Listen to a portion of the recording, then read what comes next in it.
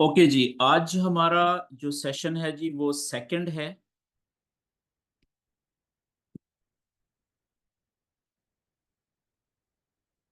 और आज हम बकायदा जो नॉलेज है, ऐसा नॉलेज जिससे हमें फॉरेक्स ट्रेडिंग के अंदर ट्रेड करते हुए बाय की ट्रेड या सेल की ट्रेड लेने के लिए जो हमें हेल्प करता है, आज से हम वो नॉलेज सीखना शुरू करेंगे। ठीक है।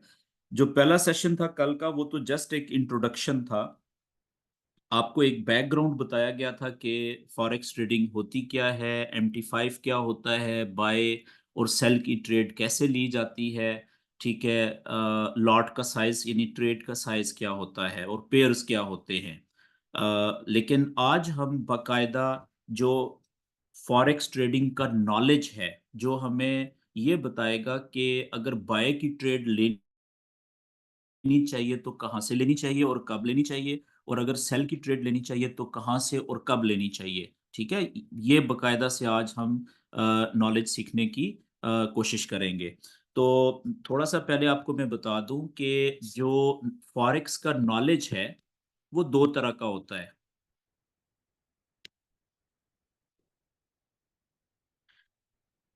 फॉरेक्स का नॉलेज दो तरह का होता है जी। एक होता है टेक्निकल नॉलेज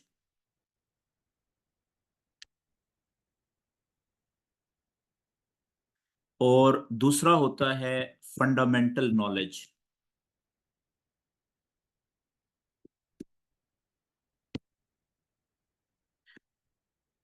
अच्छा, इन दोनों नॉलेजेस में फर्क क्या होता है?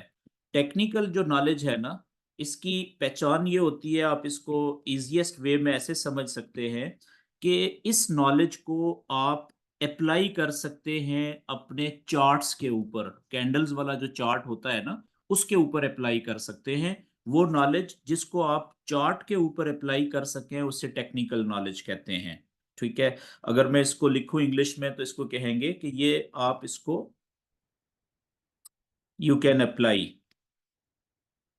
you can apply on charts, इसलिए इसको टेक्निकल नॉलेज कहा जाता है।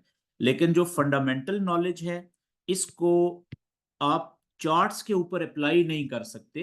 क्यों? क्योंकि ये सिर्फ न्यूज का नॉलेज होता है, खबरों का नॉलेज होता है, न्यूज न्यूज से रिलेटेड होता है।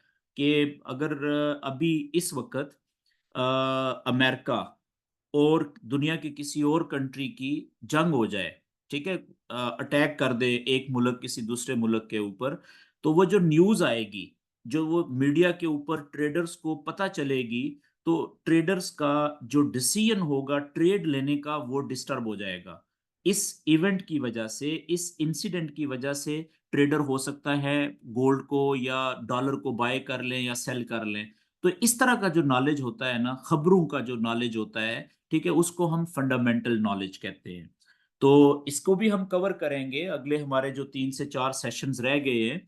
लेकिन थोड़ा सा मैं आपको बता दूं कि हमारा जो 95% फोकस होगा वो होगा टेक्निकल नॉलेज के ऊपर, और लेस देन 5% जो फोकस होगा वो होगा फंडामेंटल नॉलेज यानी कि न्यूज के नॉलेज के ऊपर। ओके जी। तो आज क्योंकि हम टेक्निकल नॉलेज शुरू कर रहे हैं, तो टेक्निकल नॉलेज सारे का सारा क्योंकि चार्ट के ऊपर अप्लाई हमने करना होता है, तो चार्ट्स के ऊपर जो चीज आपको सबसे ज्यादा इंपॉर्टेंट मिलती है वो मिलती है कैंडल्स।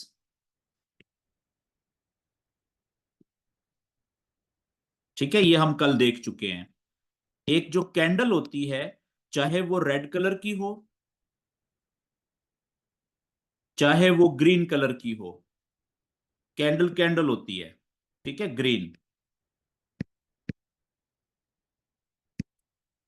तो कैंडल बहुत इंपॉर्टेंट होती है क्योंकि सारे का सारा जो टेक्निकल नॉलेज है वो कैंडल के ऊपर अप्लाई करना होता है हमने। तो इसलिए आज हम शुरू कर रहे हैं कि एक कैंडल जो होती है उसके बॉडी पार्ट्स कितने होते हैं। तो आज का हमारा जो पहला टॉपिक होगा आज के सेशन का, वो होगा body parts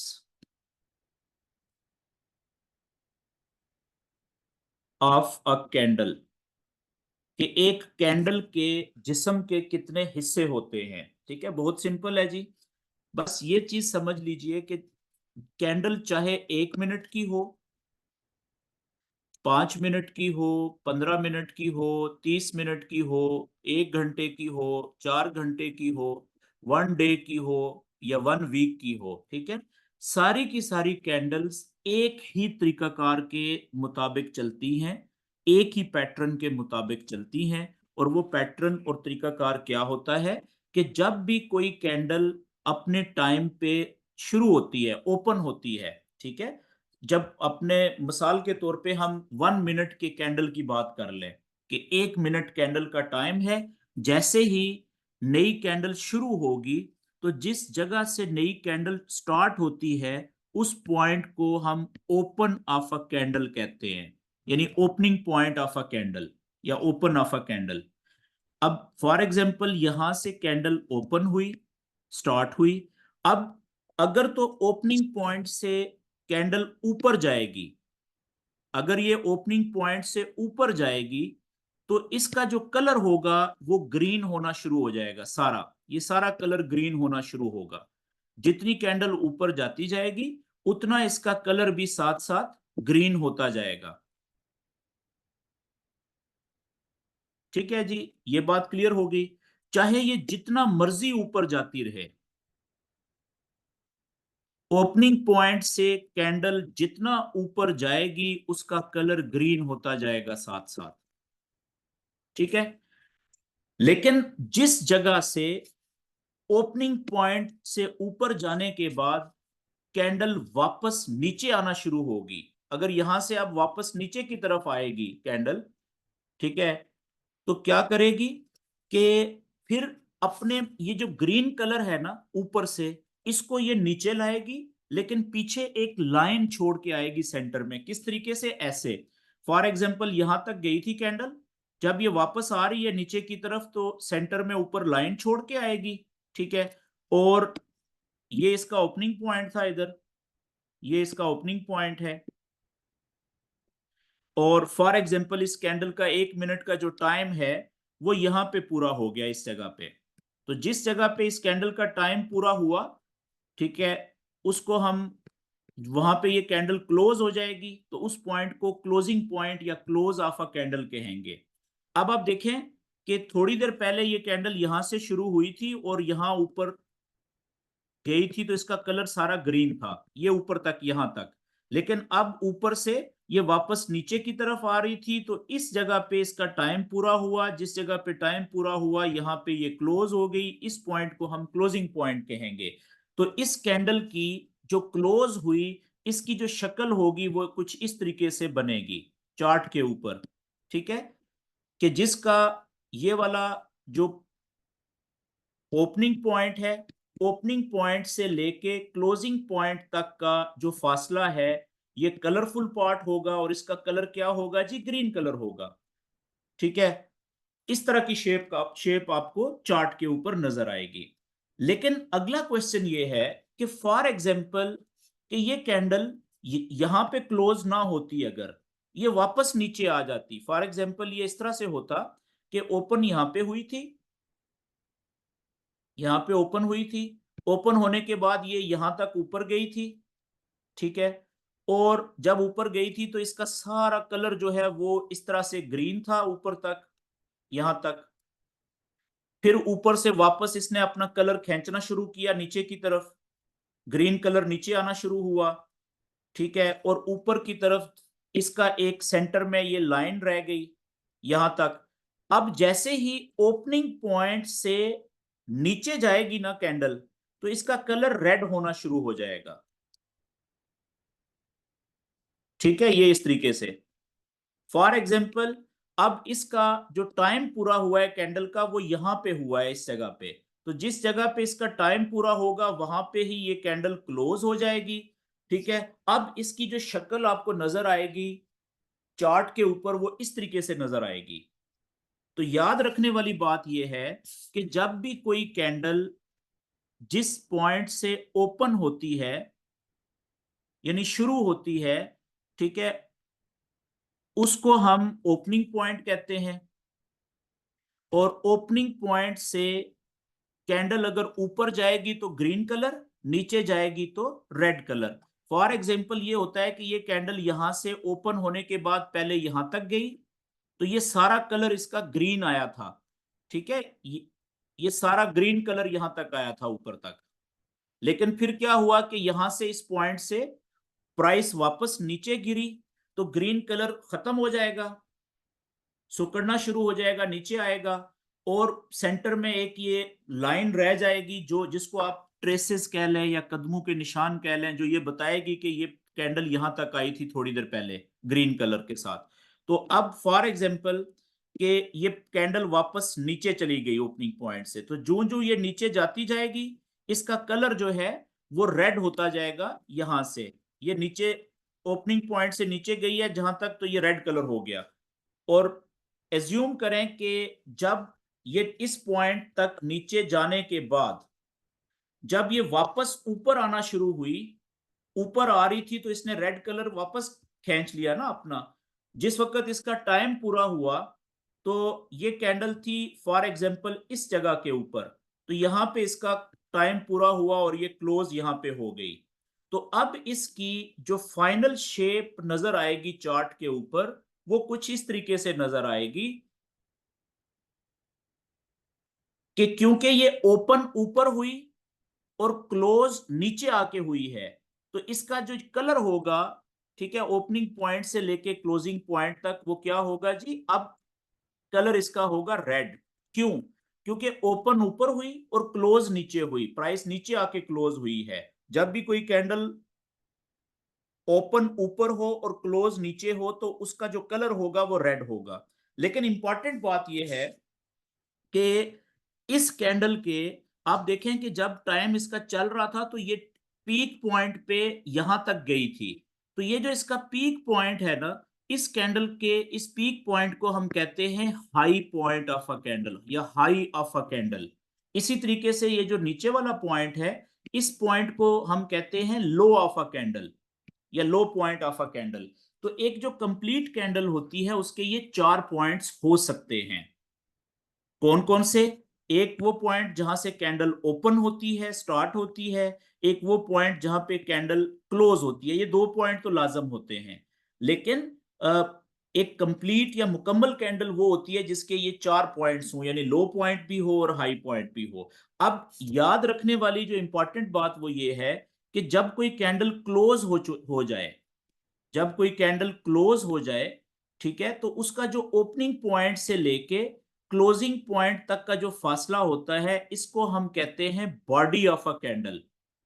body of candle, ये कलरफुल पार्ट जो होता है, ये ग्रीन भी हो सकता है और ये रेड भी हो सकता है। ठीक है, और इसी तरीके से ये जो बॉडी के ऊपर ये वाली जो डंडा आपको नजर आ रहा है, ठीक है, यहां से लेके यहां तक, ये वाला भी, और बॉडी के नीचे जो ये धागा सा आपको नजर आ रहा है, इसको हम कहते हैं जी अपर विक और अपर शेडो ऑफ अ कैंडल। ये जो स्टिक सी आपको धागा नजर आ रहा है ये वाला, ठीक है, बॉडी के अगर ऊपर है तो इसको अपर विक या अपर शेडो ऑफ अ कैंडल कहा जाता है। और अगर ये धागा या ये लाइन जो है ये नीचे की तरफ हो, तो इसको हम कहते हैं लोअर, नीचे वाला विक और शेडो। ये दो नाम दिए जाते हैं। ठीक है जी, और इन्हीं दो पार्ट्स को, यानी ये ऊपर वाली जो विक है इसको और नीचे वाली जो विक है इसको हम रिट्रेसमेंट एरिया, रिट्रेसमेंट और रिजेक्शन एरिया भी कहते हैं।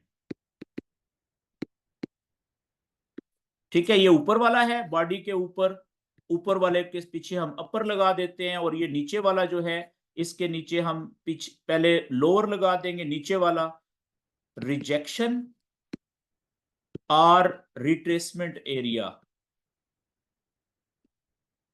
ठीक है, अच्छा जी, हमारा जितना भी नॉलेज होगा, टेक्निकल नॉलेज, वो कैंडल के ये जो पार्ट्स होते हैं, हाई पार्ट, ठीक है, और लो पार्ट, इनके बीच में अप्लाई होगा। कैसे, ये आगे आपको पता चलेगा अभी। अच्छा, अब हम थोड़ा सा बात कर लेते हैं जो कि इंपॉर्टेंट है, कि ये हम जो कैंडल की ऊपर वाली विक होती है और नीचे वाली विक होती है, इसको हम रिट्रेसमेंट या रिजेक्शन एरिया क्यों कहते हैं? तो इसको थोड़ा सा समझ लें कंसेप्ट को, ताकि आगे हमें बात समझना आसान हो जाए हमारे लिए। देखें, जब भी कोई कैंडल जिस जो क्लोज हो जाए, ठीक है, जैसे उसकी यानी यहां पे ओपन हुई, यहां पे क्लोज हो गई, ये इसका ओपनिंग पॉइंट था, ये इसका क्लोजिंग पॉइंट है। ओपनिंग पॉइंट से लेके क्लोजिंग पॉइंट तक का जो फासला है वो कलरफुल होता है क्लोज्ड कैंडल का, तो इस केस में इसका ग्रीन कलर बन गया।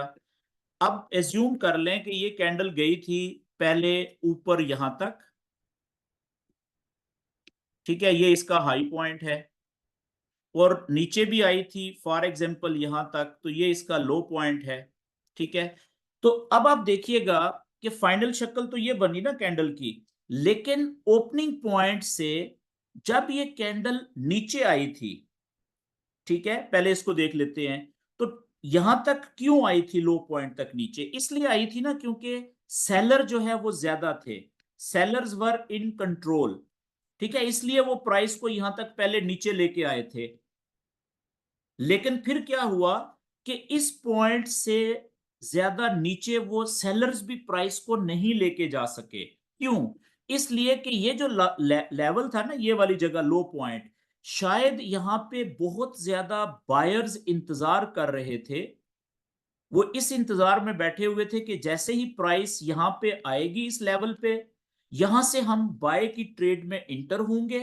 तो फिर जब ये बाय की ट्रेड में इंटर हुए तो बायर यहां से ज्यादा हो गए, सेलर कम हुए। जब बायर ज्यादा हुए तो फिर बायर कंट्रोल में आ गए और वो प्राइस को यहां से ऊपर ले गए, ठीक है। तो जिस वक्त ऊपर लेके जा रहे थे, वो यहां तक नहीं लेके गए थे, बल्कि ये ऊपर ले गए थे इसको यहां तक, लेकिन इस पॉइंट से ऊपर नहीं लेके जा सके बायर्स। अब आप देखें, यहां से लेके और यहां तक ये सारा बायर्स पूरे कंट्रोल में रहे हैं, प्राइस को वो नीचे से ऊपर लेके गए, ठीक है। लेकिन फिर क्या हुआ कि ये जो पॉइंट था, यहां पे पहले से ही सेलर्स मौजूद थे, और वो सेलर्स इंतजार कर रहे थे कि जैसे ही प्राइस यहां पे आएगी, हम यहां से सेल की ट्रेड में इंटर होंगे, और फिर प्राइस नीचे आ गई थी, ठीक है। अब आप देखें कि यहां से प्राइस इसलिए नीचे आई है, ये कलर जो ग्रीन था इसलिए नीचे आया क्योंकि सेलर ज्यादा हो गए, सेलर्स आर इन कंट्रोल। और जब वो सेलर्स प्राइस को इस जगह पे लेके आए, तो यहां पे इस कैंडल का क्लोज होने का टाइम हो गया था, यानी टाइम पूरा हो गया था और ये क्लोज हो गई, ठीक है।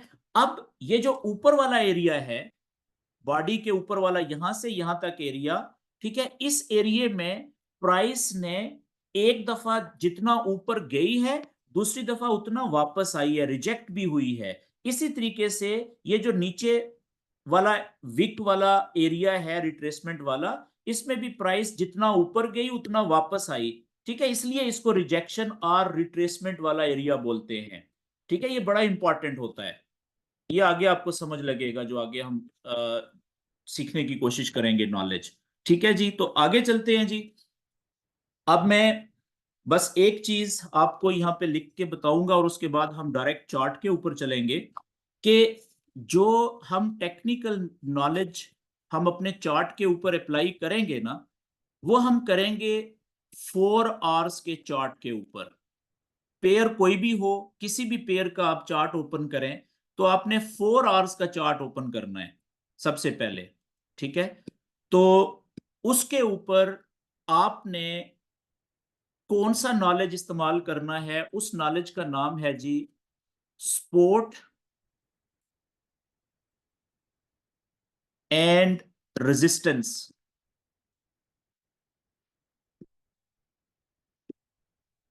अब ये सपोर्ट किसे कहते हैं, ये क्या होती है, और रेजिस्टेंस किसे कहते हैं, ये क्या होती है? आगे बढ़ने से पहले, चार्ट के ऊपर इसको समझने पहले आप एक बात समझ लें कि देखें, स्पोर्ट का भी अगर मैं हिंदी में और उर्दू में इसकी बात करूं, तो स्पोर्ट का मतलब भी होता है हर्डल, ठीक है, या उर्दू में इसको रुकावट लिखते हैं, हर्डल। और रेजिस्टेंस का मतलब भी हर्डल होता है, या इसको रुकावट कह लें आप। ठीक है। लेकिन दोनों में फर्क होता है। जो स्पोर्ट होती है ना, वो ऐसी हर्डल होती है जो किसी भी चीज को नीचे जाने से रोकती है। फॉर एग्जाम्पल, ये नीचे एक सरफेस है, ये वाली जो पिंक मैंने बनाई, ऊपर से कोई चीज आ रही है नीचे गिरती हुई।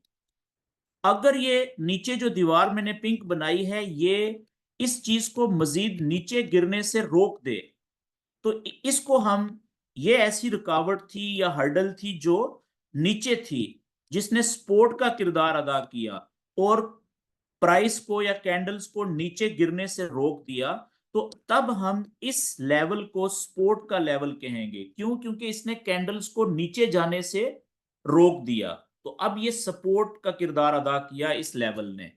और इसी तरीके से जो रेजिस्टेंस का लेवल होता है, वो लेवल होता है कि कोई कैंडल्स मिसाल के तौर पे ऊपर जा रही है इस तरीके से नीचे से, और रास्ते में कोई ऐसी दीवार आ जाए या लेवल आ जाए जो कैंडल्स को मजीद ऊपर ना जाने दे, ऊपर जाने से रोक दे, और वहां से कैंडल्स वापस नीचे आना शुरू हो जाएं, तो उस किरदार को या दीवार को हम कहते हैं कि ये रेजिस्टेंस का लेवल था या दीवार थी, जिसने कैंडल्स को मजीद ऊपर जाने से रोक दिया। ठीक है, ऊपर जाने से रोका। तो आपने देखा कि सपोर्ट का और रेजिस्टेंस का बस अपोजिट साइड में किरदार होता है, होती दोनों हर्डल्स ही हैं। सपोर्ट जो है वो कैंडल्स को नीचे जाने से रोकती है, और रेजिस्टेंस कैंडल्स को ऊपर जाने से रोकती है। अब जल्दी से जरा हम चार्ट्स के ऊपर आ जाते हैं, लाइव चार्ट्स। लेकिन उससे पहले मैं आपको कुछ दो वेबसाइट्स का यहाँ पे नाम लिख दूं। देखें, जितने भी हमने नॉलेज अप्लाई करना है ना, टेक्निकल नॉलेज अपने चार्ट्स के ऊपर, तो आप चाहें तो, अगर जिन दोस्तों के पास सिर्फ मोबाइल फोन्स हैं, तो आप अपने मोबाइल के ऊपर MT5 ओपन करें, मेटा ट्रेडर 5। और MT5 का किसी भी पेयर का जब आप चार्ट ओपन करेंगे, तो उस चार्ट के ऊपर भी ये सारा टेक्निकल नॉलेज आप अप्लाई कर सकते हैं। ठीक है, जो मैं आपको आगे बताऊंगा। लेकिन ज्यादा आसान आपके लिए होगा नॉलेज की प्रैक्टिस करना, अप्लाई करने की, अगर आप ये वाला जो चार्ट्स हैं वो अपने लैपटॉप्स पे ओपन करें, या अपनी नोटबुक्स पे, या जो टैबलेट्स वगैरह होती हैं, या डेस्कटॉप कंप्यूटर होते हैं, बड़ी स्क्रीन वाला लैपटॉप जैसे हो गया, तो उसके ऊपर आपको समझ बड़ी अच्छी आएगी इस नॉलेज की, टेक्निकल नॉलेज की। लेकिन अगर आपके पास, आप समझते हैं कि नहीं मोबाइल की फैसिलिटी ही है, तो मोबाइल के चार्ट के ऊपर भी आप यूज कर सकते हैं, इक्वली आपको बेनिफिशियल होगा। तो आगे हम बढ़ते हैं जी। दो वेबसाइट्स में यहाँ पे लिखता हूँ जी।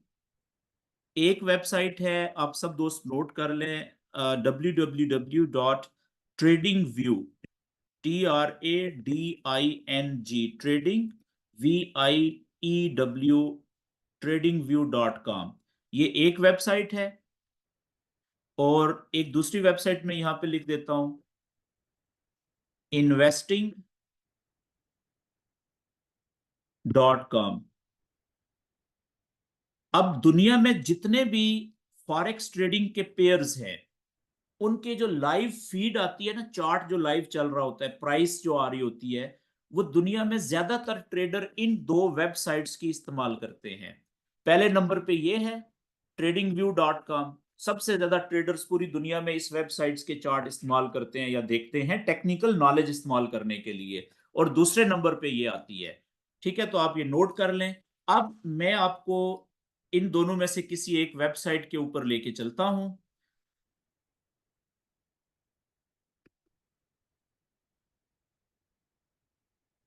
ये लें जी, मैं गूगल पे आ गया और मैं tradingview.com ओपन करने लगा हूं। tradingview.com, ठीक है। तो ट्रेडिंग व्यू जो वेबसाइट है, इसका इस तरह से होम पेज ओपन होगा। और इसके ऊपर आप देखें कि ये प्रोडक्ट लिखा हुआ है। प्रोडक्ट के ऊपर आप माउस को लाएंगे तो ये सुपर चार्ट्स आ जाएगा। आपने सुपर चार्ट्स के ऊपर क्लिक करना होता है। तो जैसे ही आप सुपर चार्ट के ऊपर क्लिक करेंगे, तो आपके सामने किसी एक पेयर का चार्ट ओपन हो जाएगा। तो मैं क्योंकि गोल्ड का ही ओपन ट्रेड करता हूं या देखता हूं, तो मेरे चार्ट के ऊपर देखें खुद ब खुद गोल्ड का ये चार्ट ओपन हो गया है। ठीक है, अब आपने क्या करना होता है कि आपने, मैं बल्कि इस पे तो मैंने नॉलेज अप्लाई किया हुआ है। मैं कोई ऐसा चार्ट ओपन करता हूं जिस पे नॉलेज मैंने अप्लाई ना किया हो, गोल्ड का ही। फॉर एग्जाम्पल, ओके, ये है जी। ये देखिए मैंने 4 घंटे का गोल्ड का चार्ट ओपन कर लिया। अब मैं क्या काम करूंगा कि मैं अपने इस पेज के ऊपर कैंडल्स की ज्यादा से ज्यादा जो तादाद है उसको मैं लेके आऊंगा अपने चार्ट पे, लेकिन कुछ इस तरीके से कि एक कैंडल दूसरी कैंडल से सेपरेट रहे। ठीक है, वो मिक्स ना हो जाएं, कैंडल्स क्लियर नजर भी आनी चाहिए। फॉर एग्जांपल ये देखें, ठीक है। अब आपने लेफ्ट साइड से आपने देखना है, ठीक है। यहां पे मैं बल्कि लिख देता हूं ऊपर।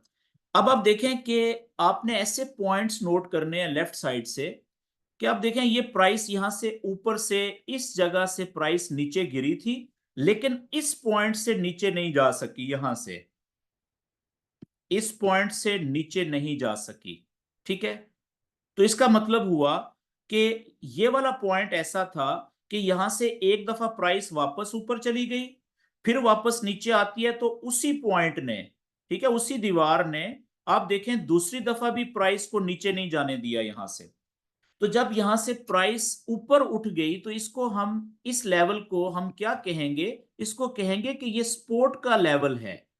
यानी एक ऐसी दीवार है यहां पे जो आंख से नजर तो नहीं आ रही, लेकिन उसने यहां पे एक दफा भी कैंडल को नीचे जाने से रोका, फिर दूसरी दफा भी कैंडल को यहां पे देखें एक दफा और यहां पे दूसरी दफा नीचे जाने से रोका।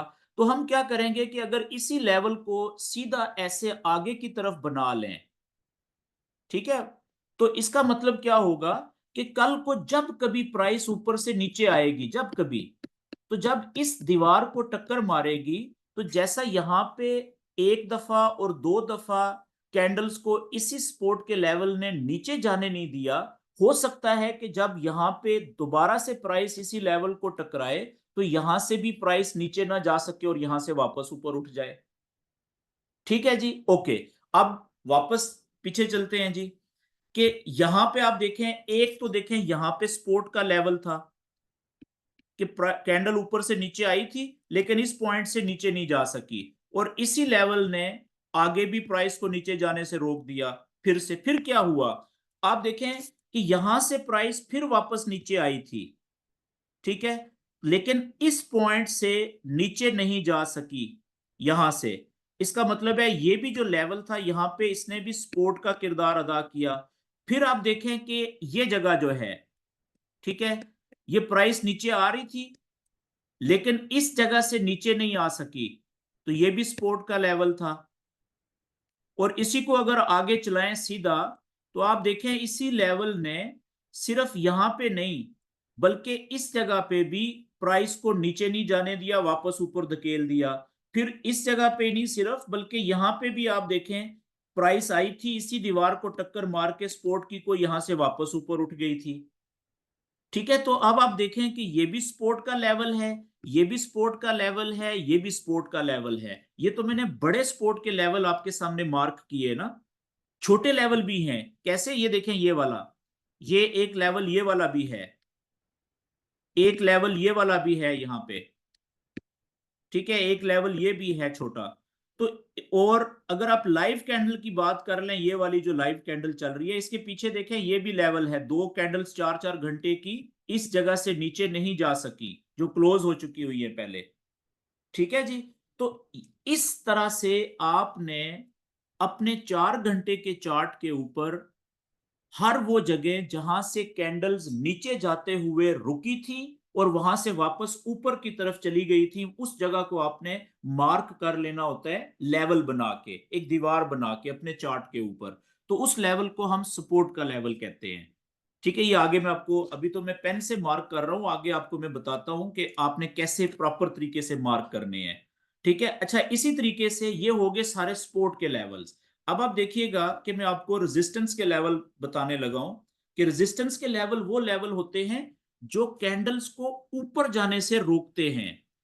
फॉर एग्जाम्पल, आप देखें यहां से प्राइस ऊपर जा रही है, ठीक है, लेकिन ये वाला पॉइंट ऐसा था कि जिसने प्राइस को ऊपर जाने से रोक दिया, ये जगह, और इसको हम कहेंगे रेजिस्टेंस का लेवल। और देखें सिर्फ यहां पे एक दफा नहीं, एक दफा इसने यहां पे रोका है ऊपर जाने से, और उसी लेवल ने आप देखें फिर आगे भी रोका है। यहां पे दूसरी दूसरी दफा भी रोकने की कोशिश की है। ठीक है, इसी तरीके से आप देखें कि यहां से भी प्राइस ऊपर जाने से रुक गई और फिर नीचे आई। इस लेवल, ये भी रेजिस्टेंस का लेवल था।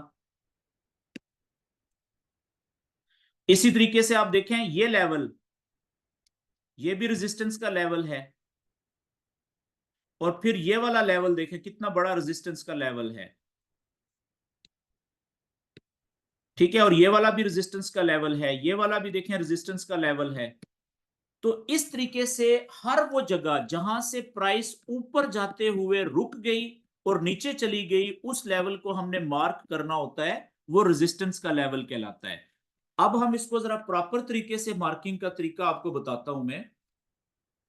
आप ये देखें, ये लेफ्ट साइड के ऊपर ये सारा टूल बार है। ठीक है, इसमें आप, ये आपको पेन नजर आ रहा है, इसके ऊपर ये माउस यहाँ पे लाएं, एरो के ऊपर इसको क्लिक करें तो ये नीचे देखें रेक्टेंगल बना हुआ है ना, रेक्टेंगल, तो इसको आपने क्लिक करना है।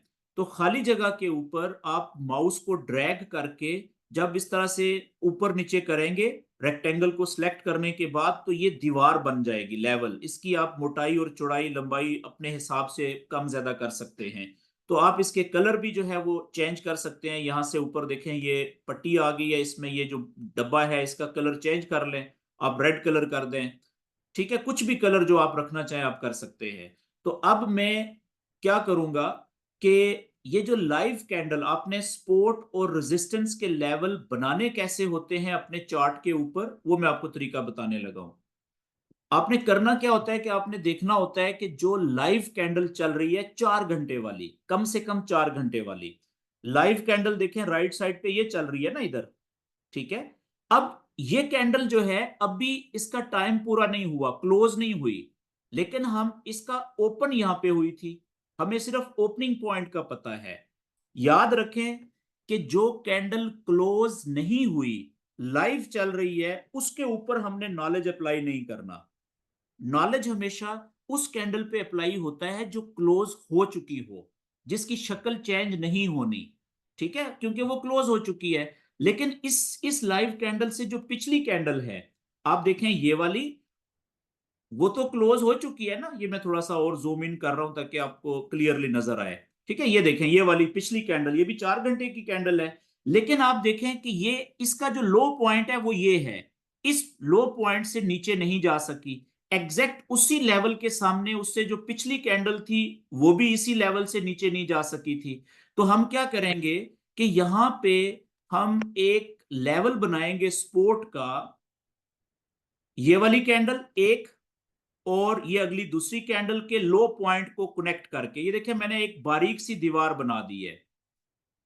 ठीक है, ये अपने चार्ट के ऊपर, और इस बारीक सी दीवार से मैंने एक कैंडल के लो पॉइंट को और फिर दूसरी कैंडल के लो पॉइंट को जोड़ा और राइट साइड पे आगे खींच दिया।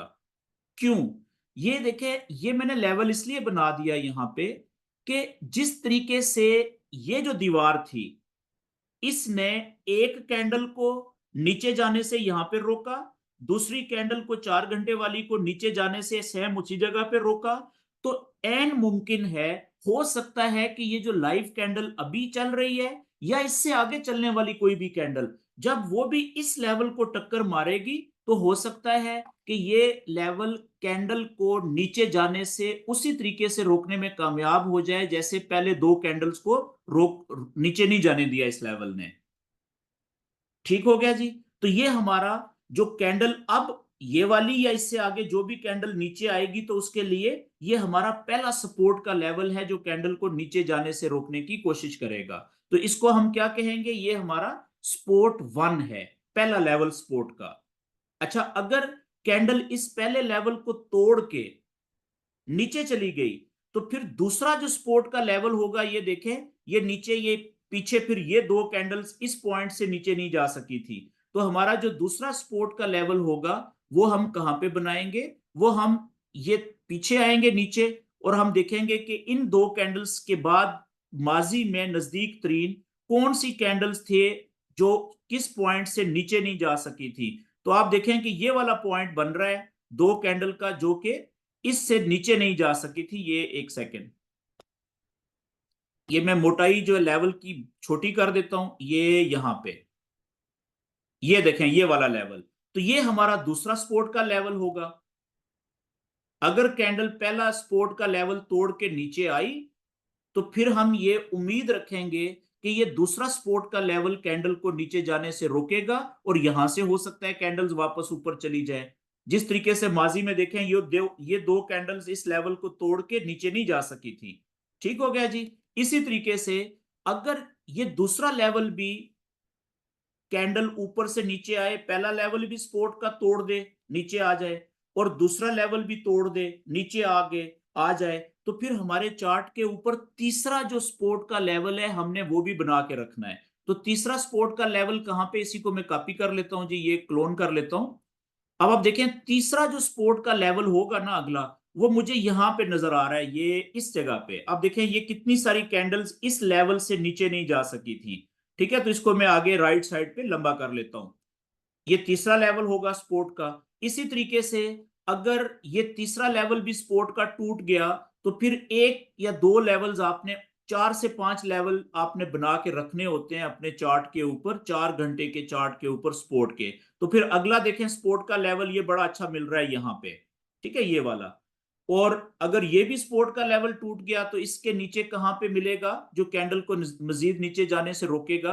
आपने कोशिश करनी है कि मेजर लेवल्स बनाने हैं जहां पे एक से ज्यादा, वैसे एक जो कैंडल होती है अकेली, वो भी जहां पे रुक जाए नीचे जाते हुए, वो भी बड़ी सपोर्ट मजबूत होती है, लेकिन जहां पे एक से ज्यादा कैंडल्स के लो पॉइंट्स हैं, वो बहुत मजबूत लेवल होता है। ठीक है, तो ये मैंने मेजर बड़े लेवल देखे 5-6 बना दिए आपके सामने सपोर्ट के। तो ये तो हो गए सपोर्ट के लेवल। ठीक है, आपने इस तरीके से लेवल बनाने हैं, प्रैक्टिस करनी है स्पोर्ट के लेवल्स। अब आते हैं कि अगर ये कैंडल ऊपर जाती है, तो ऊपर जो रेजिस्टेंस के लेवल्स हैं वो कहां कहां पे मिलेंगे। लेकिन क्योंकि मैंने ये गोल्ड का चार्ट ओपन किया हुआ है, गोल्ड का चार्ट, गोल्ड की जो प्राइस है तारीख में पहली दफा इतनी हाई पॉइंट पे पहुंची है। ठीक है, अभी गोल्ड है $2766 पे। तो तारीख में कभी भी इतना ज्यादा महंगा सोना नहीं हुआ जितना आज है। तो इसका मतलब है माजी में जो आखिरी रेजिस्टेंस थी, ठीक है, जो ऊपर जाने से रोक सकती थी, वो ये थी, यहां पे ये देख रहे हैं आप, ये वाली। तो गोल्ड इसको भी तोड़ के ऊपर जा चुका हुआ है। तो चले हम रेजिस्टेंस के लेवल बनाते हैं। ये देखें पहली रेजिस्टेंस जो थी वो ये थी। ये देखें ये इस जगह से गोल्ड ऊपर जाने से रुका था, तो हमने ये रेजिस्टेंस का लेवल बनाया था। और अब अच्छा, मैं क्या करता हूं कि मैं रेजिस्टेंस के लेवल जो है इनका कलर चेंज कर देता हूं, ताकि दूर से ही देख के हमें पता चले कि ये रेजिस्टेंस का लेवल है। ये ले जी, मैंने येलो कलर कर दिया। ये आप देखें, ये कैंडल अकेली इस पॉइंट से ऊपर नहीं गई थी, उसके बाद दूसरी कैंडल भी इसी लेवल को तोड़ के ऊपर नहीं जा सकी। तो मैंने यहां पे रेजिस्टेंस का लेवल बनाया था एग्जैक्ट इसी जगह पे। जब कैंडल्स दोबारा वापस आई, आप देखें इस कैंडल को भी इसी लेवल ने ऊपर जाने से रोका था, उसके बाद दूसरी कैंडल, इसको भी इसी लेवल ने ऊपर जाने से रोका था, फिर इस तीसरी कैंडल को भी, 4 घंटे की कैंडल को, इसी लेवल ने, रेजिस्टेंस के ने ऊपर जाने से रोका था। लेकिन चौथा जो कैंडल है वो जब ऊपर गई है, तो उसको ये रेजिस्टेंस का लेवल नहीं रोक सका। और ये चौथी कैंडल आप देखें कि इस रेजिस्टेंस के लेवल को तोड़ के ऊपर निकल गई है। ठीक है, अब याद रखने वाली बात है कि जब एक रेजिस्टेंस का लेवल टूट जाता है, जब कोई कैंडल रेजिस्टेंस के लेवल को तोड़ के ऊपर निकल जाती है, तो फिर अब वही रेजिस्टेंस का लेवल, जब कैंडल ऊपर चली गई तोड़ के, अब कैंडल जब वापस ऊपर से नीचे आएगी, तो वो लेवल तो मौजूद है अपनी जगह पे, लेकिन अब वो सपोर्ट का लेवल बन जाएगा, वो कैंडल को नीचे जाने से रोकने की कोशिश करेगा। ठीक है, जैसे मिसाल के तौर पे ये कैंडल अब यहां से देखें ऊपर निकल गई है ना।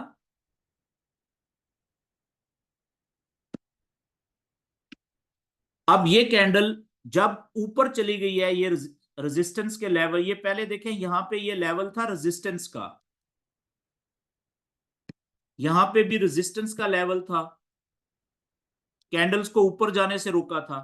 लेकिन ये कैंडल इसको लेवल को तोड़ के ऊपर निकल गई। अब जब ऊपर से कैंडल वापस नीचे आएगी तो यही लेवल जो पहले रेजिस्टेंस का था अब कैंडल्स को नीचे जाने से रोकने की कोशिश करेगा। तो अब ये किरदार इसका बदल गया है, अब ये सपोर्ट का लेवल बनेगा यहां पे और नीचे जाने से रोकेगा।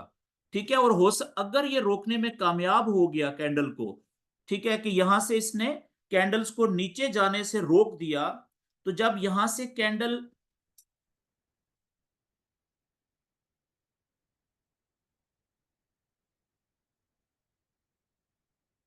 ओके, एक सेकेंड जी, मेरा माउस। ओके, तो यहां पे मैं ये कह रहा था कि अगर फर्ज करें यहां से कैंडल अब जब नीचे आएगी तो यही सपोर्ट का लेवल, सॉरी रेजिस्टेंस का लेवल अब सपोर्ट का लेवल बन जाएगा और कैंडल्स को नीचे जाने से रोकने की कोशिश करेगा। ठीक है, और अगर ये कैंडल यहां से रुक के वापस ऊपर चली गई, ठीक है, तो इसका मतलब है कि ये अब ये सपोर्ट का लेवल भी अपने आप को एस्टेब्लिश कर लेगा। तो इस तरीके से आपने क्या करना है जी कि अपने जो लेवल ये चार्ट्स है, चार्ट किसी भी पेयर का आपने ओपन करना है tradingview.com के ऊपर या investing.com के ऊपर, तो 4 घंटे के चार्ट के ऊपर लाइव कैंडल के पीछे आपने कम से कम 4 से 5 सपोर्ट के लेवल बनाने हैं। ठीक है, और कम से कम 4 से 5 रेजिस्टेंस के लेवल बनाने हैं। अगर अभी गोल्ड का चार्ट में तो रेजिस्टेंस का लेवल एक ही बन रहा है ना, क्योंकि इसके ऊपर और लेवल है ही नहीं माजी में, क्योंकि पहले ये सारे लेवल तोड़ गया हुआ है। लेकिन आप पीछे चले जाएं, किसी और पेयर को ओपन कर लें, जैसे आप देखिएगा मैं अगर गोल्ड के अलावा किसी और पेयर को ओपन करूं यहाँ पे, जैसे मिसाल के तौर पे NZD CAD, न्यूजीलैंड डॉलर और कैनेडियन डॉलर, ठीक है, आप कोई भी पेयर ओपन कर सकते हैं। आपने उसका 4 घंटे का चार्ट ओपन करना है, ये 4 घंटे का देखें चार्ट ओपन हुआ हुआ है, और उसके ऊपर आपने ये आप चेक करें यहां पे रेजिस्टेंस के लेवल,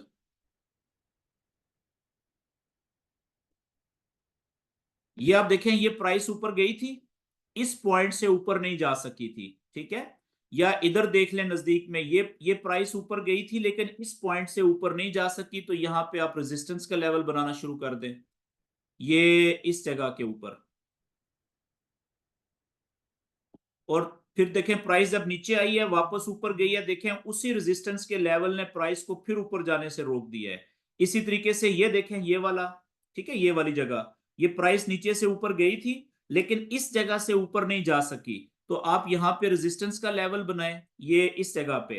अब आप देखें कि उसी लेवल ने फिर आगे यहां पे भी प्राइस को ऊपर जाने से रोक दिया और यहां पे भी उसी लेवल ने प्राइस को ऊपर जाने से रोक दिया। ठीक है, तो इस तरीके से ये रेजिस्टेंस के लेवल भी काम करते हैं। अच्छा, इसी तरीके से ये ऊपर प्राइस गई हुई है, ठीक है, एक लेवल ये था रेजिस्टेंस का।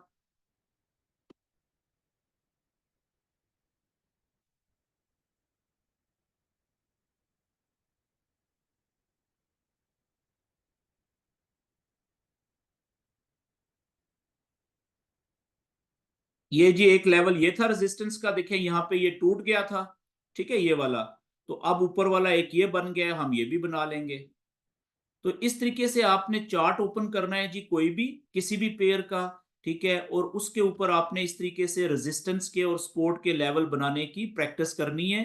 अच्छा, क्योंकि हमारा जो कल का सेशन होगा ना, उस सेशन में इसी सपोर्ट एंड रेजिस्टेंस के लेवल के मुताबिक मैं आपको बताऊंगा कि बाय की ट्रेड हम कहां से ले सकते हैं और सेल की ट्रेड हम कहां से ले सकते हैं। तो कल का सेशन जो होगा उसके हमारे 2 पार्ट होंगे। पहला जो आधा पार्ट होगा उसमें मैं आपको इन्हीं लेवल के ऊपर से सपोर्ट और रेजिस्टेंस के लेवल पे तरीका बताऊंगा कि ट्रेड हम कैसे लेते हैं, बाय की या सेल की। ठीक है, प्रैक्टिस करेंगे। और दूसरा जो आधा पार्ट होगा उसमें हम लाइव ट्रेड करेंगे। ठीक है, मैं आपको लाइव ट्रेड करके दिखाऊंगा, जिस पेयर के ऊपर भी हमें सपोर्ट और रेजिस्टेंस के लेवल से अगर बाय की ट्रेड मिलेगी उस टाइम में तो हम बाय की ट्रेड लेंगे, अगर सेल की ट्रेड मिलेगी तो हम सेल की ट्रेड लेंगे। और हम स्टॉप लॉस भी लगाने का तरीका कल के सेशन में सीखेंगे, ठीक है, और टीपी लगाने का तरीका भी सीखेंगे। तो आप सब दोस्तों से गुजारिश है कि आप में से जिन दोस्तों के जो है वो लाइव अकाउंट नहीं बने हुए न्यूरॉन मार्केट के ऊपर, ठीक है, तो आप सब दोस्त अपने लाइव अकाउंट बनाएं और उसमें कम से कम डिपॉजिट जरूर करें, छोटे से छोटा डिपॉजिट जरूर करें, जितना भी छोटी अमाउंट आप कर सकते हैं, ताकि कल का जो लाइव सेशन होगा, ठीक है, थोड़ा सा लंबा होगा, वो मे भी हो सकता है वो 1.5 घंटे का हो जाए, ठीक है, क्योंकि उसमें हम लाइव ट्रेड भी करेंगे, तो बीच में आपके क्वेश्चन आंसर्स भी होंगे उसमें, आप जितने मर्जी स्पोर्ट एंड रेजिस्टेंस के लेवल्स के हवाले से क्वेश्चंस करें वो भी मैं आंसर करूंगा, और बीच में हम लाइव ट्रेड भी करेंगे लाइव अकाउंट के ऊपर, ताकि उससे आपका कॉन्फिडेंस बढ़ेगा। और अगर आपका लाइव अकाउंट होगा रियल अकाउंट न्यूरॉन मार्केट के ऊपर, तो जिस वक्त मैं ट्रेड लूंगा आपको साथ बताऊंगा कि अगर आप ट्रेड लें तो कितनी ट्रेड लेनी है, अपने अकाउंट में पैसे कितने हैं उसके हिसाब से, ठीक है, तो वो एक बड़ा अच्छा लाइव एक्सपीरियंस आपका हो जाएगा, तो उससे आपको बहुत ज्यादा कॉन्फिडेंस बढ़ेगा नॉलेज के ऊपर, ठीक है। तो अभी देखें, मैं आपसे एक बात कर रहा था कि एक रेजिस्टेंस का लेवल जब टूटता है तो वो फिर सपोर्ट का लेवल बन जाता है। इस ये मिसाल मैं कैसे, अब यहां पे आप देखिएगा कि ये प्राइस ऊपर से नीचे आई थी, ठीक है, यहां से ऊपर गई, ये ये रेजिस्टेंस का लेवल था ना, इस पॉइंट ने ऊपर जाने से प्राइस को रोका। अब आप देखिएगा कि मैं ये लेवल यहां पे रेजिस्टेंस का बनाने लगा हूं, छोटा सा ये वाला रेजिस्टेंस का लेवल, ठीक है, ये वाला, और इसको मैं आगे खींच रहा हूं।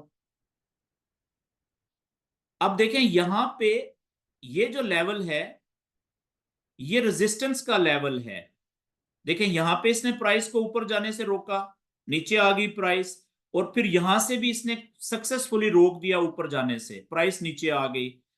अब इस जगह पे इस पॉइंट को नोट करें आप, ये वाला, ठीक है, ये आगे मैं हटा देता हूं, इसको डिलीट कर देता हूं।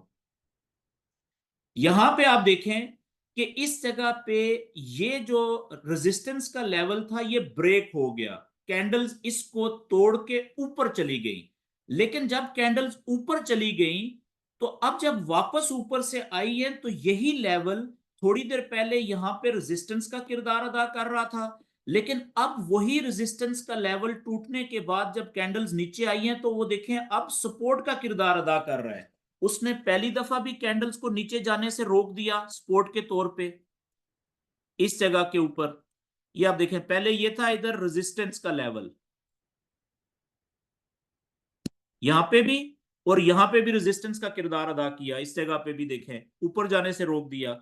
यहां पे जब रेजिस्टेंस का लेवल टूटा है तो अब यही लेवल देखें ये कैंडल को नीचे जाने से रोक रहा है, और फिर आप देखें यहां पे ऊपर भी इसने नीचे जाने से रोक दिया, यानी यहां पे इसने सपोर्ट का किरदार अदा किया है, ठीक है।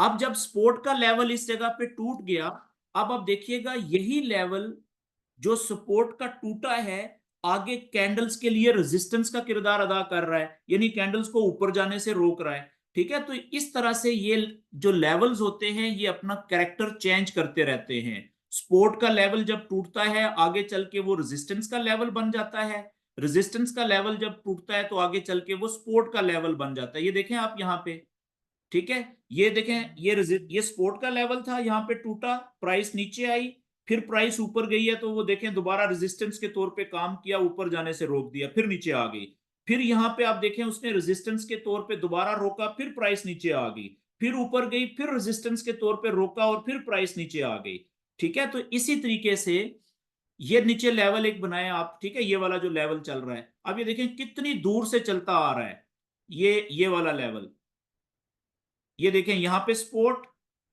ये स्पोर्ट टूटी, अब यही रेजिस्टेंस का लेवल बन गया, फिर रेजिस्टेंस टूटी तो सपोर्ट का लेवल बन गया, फिर सपोर्ट, फिर सपोर्ट, फिर सपोर्ट, यहां पे सपोर्ट टूटी है तो देखें यही लेवल रेजिस्टेंस का बन गया, कितनी दफा इसने सक्सेसफुली काम किया है, ठीक है। तो इस तरीके से आपने प्रैक्टिस करनी है जी।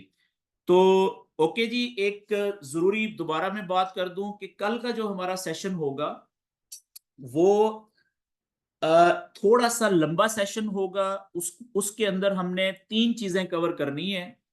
पहला जो उसका पार्ट होगा उसमें यही सपोर्ट एंड रेजिस्टेंस के लेवल्स को सामने रखते हुए मैं आपको बताऊंगा कि सपोर्ट के लेवल से हम इसलिए बनाते हैं कि सपोर्ट के लेवल से जब प्राइस ऊपर उठना शुरू हो रही हो तो हम बाय की ट्रेड लेते हैं, इसी तरीके से रेजिस्टेंस का लेवल हम इसलिए बनाते हैं कि रेजिस्टेंस के लेवल से जब प्राइस नीचे जाना शुरू हो रही हो तो हम सेल की ट्रेड ले सकें, सेल की ट्रेड लेते हैं। ठीक है, एक तो हम ये प्रैक्टिस करेंगे और फिर मैं आपको बताऊंगा कि जब सेल की ट्रेड हम लेते हैं या बाय की ट्रेड लेते हैं सपोर्ट एंड रेजिस्टेंस के लेवल्स को सामने रखते हुए, तो हम स्टॉप लॉस और टीपी अपनी जो है ट्रेड में कैसे और कहां पे लगाते हैं नॉलेज के मुताबिक, सपोर्ट एंड रेजिस्टेंस के नॉलेज के मुताबिक। ठीक है, पहला पार्ट हमारा कल के सेशन का ये होगा।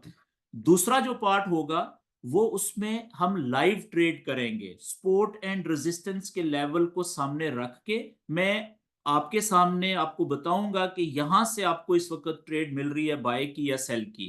ठीक है, आपने अपने रियल अकाउंट के ऊपर वो ट्रेड अगर लेना चाहेंगे तो आप ले सकेंगे। ठीक है, और उसके बाद जो तीसरा सेशन हमारा होगा कल के, वो बीच में लाइव क्वेश्चन आंसर्स होंगे। तो इसलिए कल का सेशन हम थोड़ा सा लंबा कर लेंगे, कम से कम वो 1.25 घंटा, 1.5 घंटा और 2 घंटे का भी हो सकता है। तो कल के सेशन के लिए आप सब दोस्तों ने जिनके अभी तक रियल अकाउंट नहीं है तो रियल अकाउंट जरूर बनाएं। ठीक है, और उसमें चाहे थोड़ा डिपॉजिट करें लेकिन करें जरूर, ताकि देखें जो डेमो अकाउंट के ऊपर आप प्रैक्टिस कर रहे हैं उसकी जो फीलिंग होती है वो रियल नहीं होती, रियल के बराबर नहीं होती। डेमो डेमो होता है, लेकिन जब आप रियल अकाउंट के ऊपर लो रिस्क के मुताबिक ट्रेड करेंगे, प्रॉफिट बनाएंगे, ठीक है, स्टॉप लॉस लगाएंगे, टीपी हिट होगी, तो उससे आपके जो नॉलेज है उसके कॉन्फिडेंस में इजाफा होगा, अपने नॉलेज के ऊपर आपका बिलीफ जो है वो स्ट्रांग होगा। तो ये बड़ा इंपॉर्टेंट है। तो यहाँ पे जी आज मैं अपना ये टॉपिक क्लोज कर रहा हूँ आज का। आपका जो होमवर्क है कल तक के लिए वो ये है कि आपने 4 घंटे के चार्ट के ऊपर ज्यादा से ज्यादा सपोर्ट एंड रेजिस्टेंस के लेवल बनाने हैं। ठीक है, पेयर आप कोई भी सिलेक्ट कर सकते हैं, मतलब जरूरी नहीं है कि अगर मैं गोल्ड के ऊपर ये लगा रहा हूं सपोर्ट एंड रेजिस्टेंस के लेवल तो आप भी गोल्ड के चार्ट के ऊपर ही लगाएं। आप कोई भी करेंसी का पेयर ओपन कर लें, दो करेंसियों का, ठीक है, कोई भी। इवन जो क्रिप्टो के पेयर्स होते हैं, जो लोग क्रिप्टो पे ट्रेड करते हैं, ये नॉलेज आप क्रिप्टो पे भी यूज कर सकते हैं। तो मकसद क्या है कि आपने ज्यादा से ज्यादा प्रैक्टिस करनी है जी 4 घंटे के चार्ट के ऊपर सपोर्ट एंड रेजिस्टेंस के लेवल बनाने की, ताकि कल का सेशन में जो हम ट्रेड लेंगे कि कैसे ट्रेड लेते हैं सपोर्ट एंड रेजिस्टेंस के लेवल को सामने रख के, और उसके मुताबिक हम जो है वो स्टॉप लॉस कैसे लगाते हैं, टीपी कहाँ पे होनी चाहिए, ठीक है, तो उसकी आपको क्लियर समझ आ सके। तो यहाँ पे मैं अपना रिकॉर्डिंग आज बंद कर रहा हूँ जी। अब आपके माइक में ओपन करने लगा हूँ, आप में से जो भी दोस्त आज के सेशन के हवाले से जो कल का सेशन था क्वेश्चन करना चाहें तो आप क्वेश्चन कर सकते हैं जी।